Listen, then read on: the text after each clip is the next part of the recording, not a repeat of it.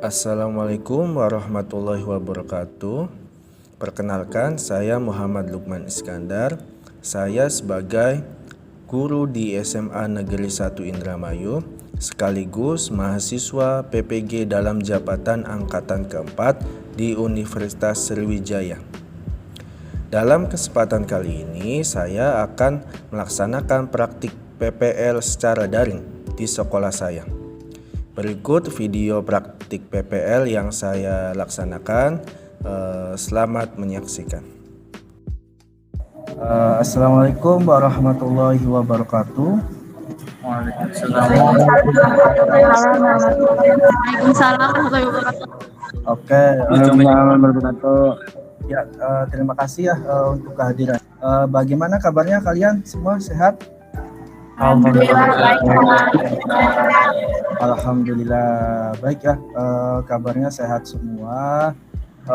Bapak rasa ini sudah hadir semua. Oke, bagus ya, Bapak acungi jempol. Baik, Bapak minta tolong ke kalian ya yang belum on cam, nyalakan kameranya dulu sebentar ya. Oke, baik untuk memimpin teman-temannya untuk memulai pembelajaran. Silakan Pak Ik untuk memimpin doa. Sebelum kita memulai pembelajaran daring PPKN ini, alangkah baiknya kita berdoa terlebih dahulu. Ala dunia wa ala kulli min shalah. Al-Fatihah.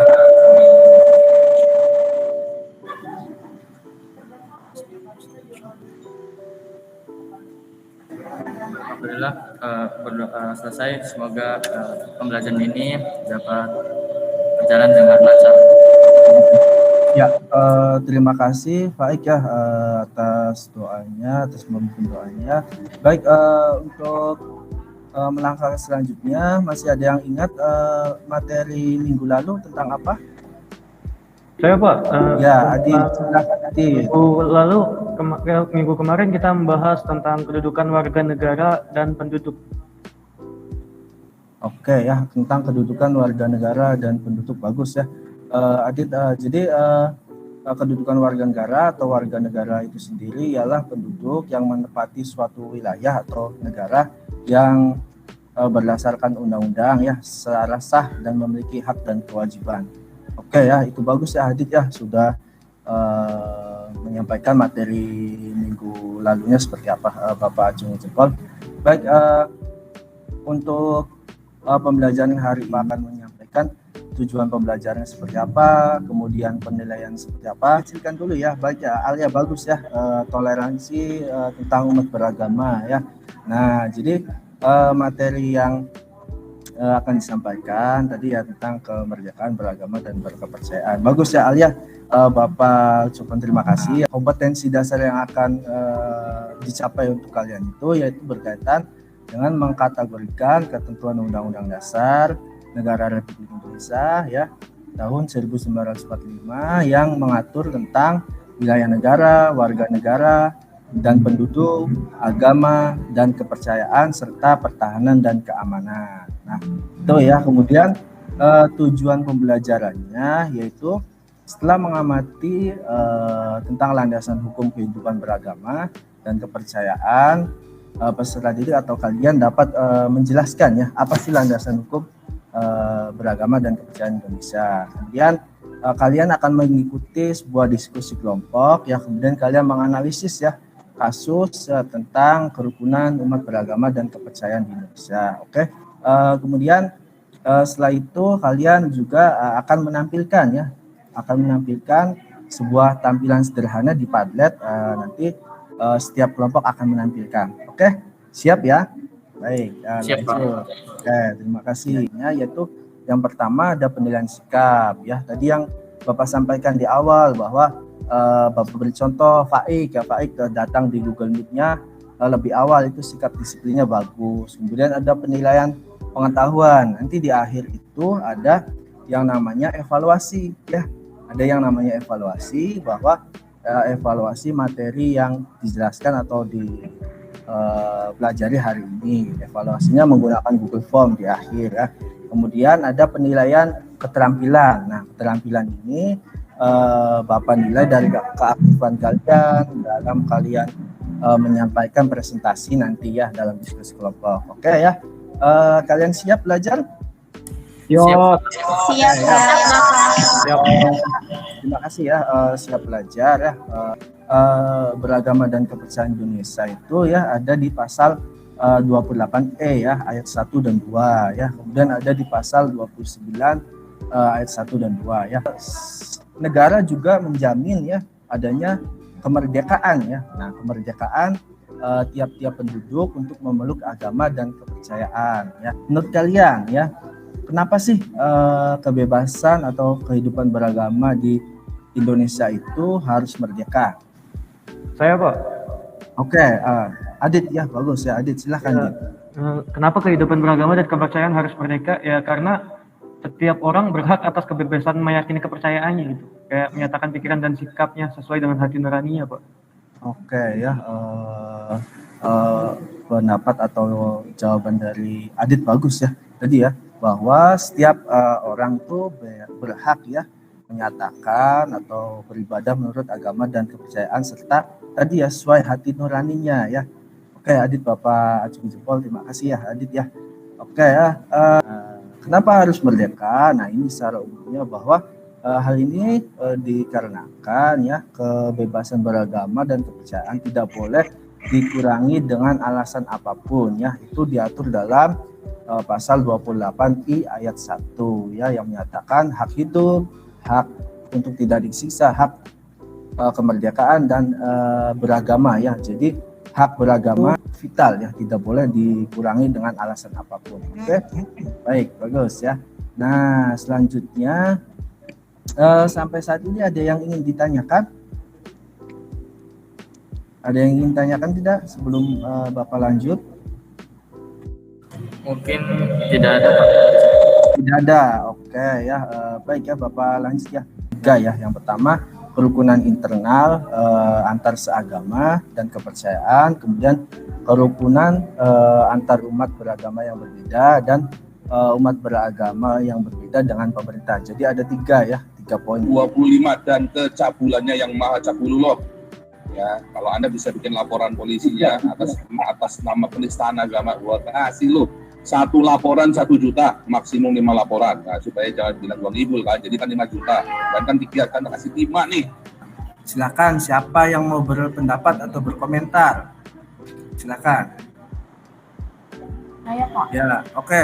Alia, boleh. Silakan Alia. Nabi Muhammad SAW adalah nabi terakhir. Oleh karena itu, jika ada orang yang mengaku dirinya nabi, maka sikap saya tidak akan mengakuinya.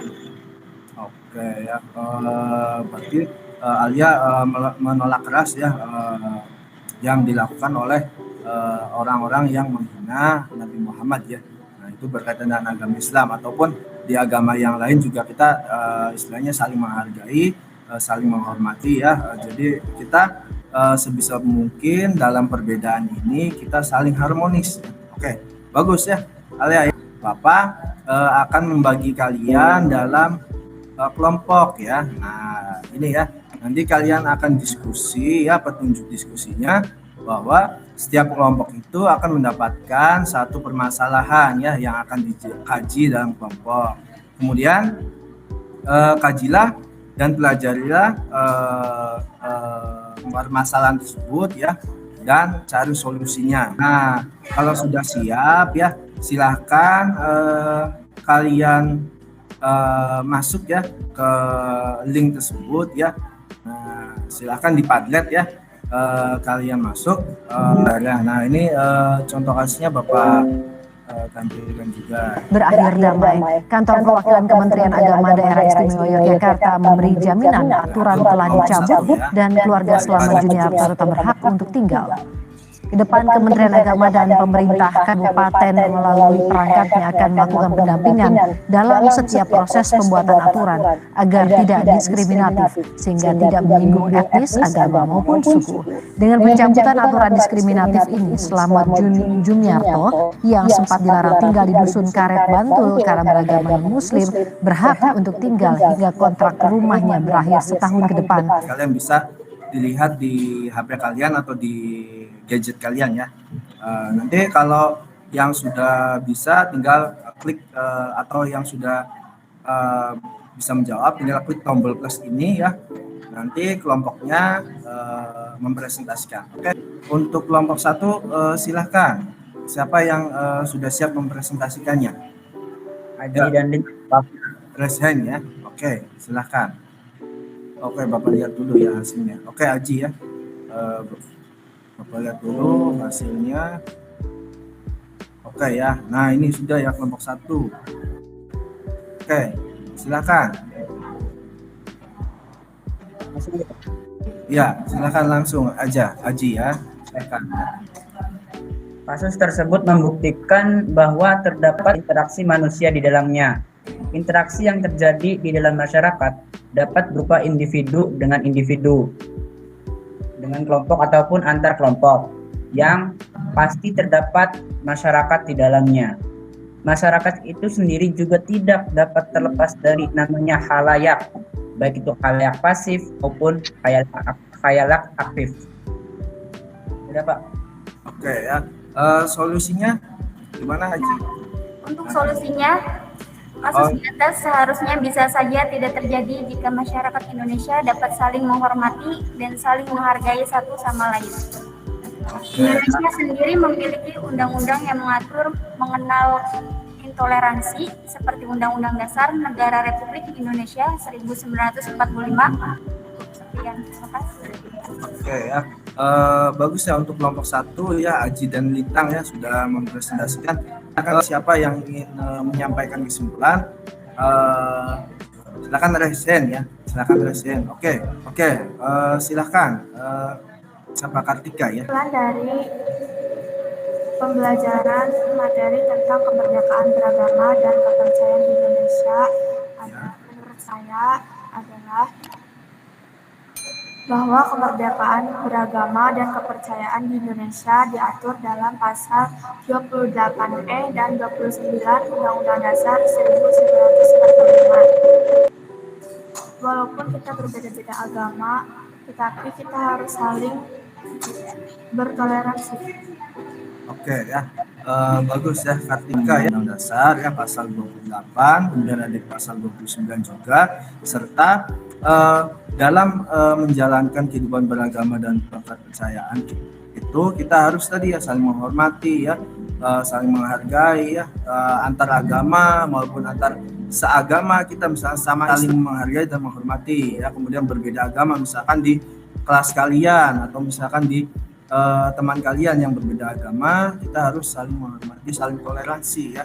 Itu ya intinya agar kehidupan beragama dan kepercayaan di Indonesia itu harus harmonis dan selaras ya.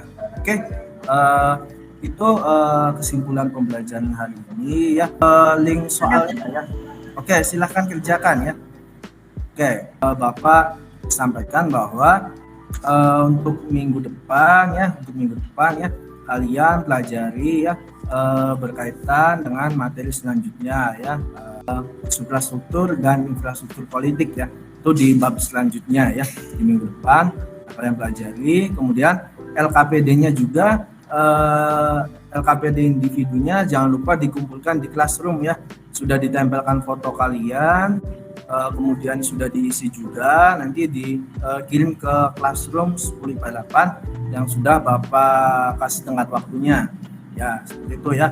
Nah untuk penilaian keterampilan tadi sudah didiskusi. Nah penilaian sikapnya kalian tadi selama pembelajaran Bapak amati juga ya, siapa yang tidak memperhatikan, siapa yang off cam nyalakan dan sebagainya, kecuali yang sudah laporan bahwa kuotanya habis dan sebagainya. Sebelum kita mengakhiri pembelajaran dari PPKN ini, marilah kita tutup dengan bacaan hamdalah. Alhamdulillahirabbil alamin.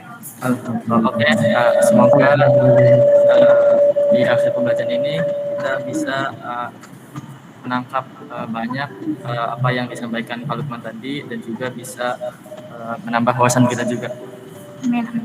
Amin ya. Terima kasih Faik ya, Bapak jempol lagi ya untuk Faik ya. Tadi ya untuk yang aktif, Kartika, ada Lintang ya, mematuhi protokol kesehatan ketika misalkan minggu depan kan waktunya luring ya, kalian tetap patuhi protokol kesehatan, dan walaupun yang daring juga kalian tetap jaga kesehatan ya. Oke? Oke, Pak. Ya, udah. Terima kasih. Billahi taufiq wal hidayah ya. Wassalamualaikum warahmatullahi wabarakatuh. Waalaikumsalam. Terima kasih Pak Lukman. Silakan boleh stop video ya. Nanti Bapak infokan lagi siapa yang nilainya evaluasinya belum mencapai KKM. Oke, silakan boleh stop video ya.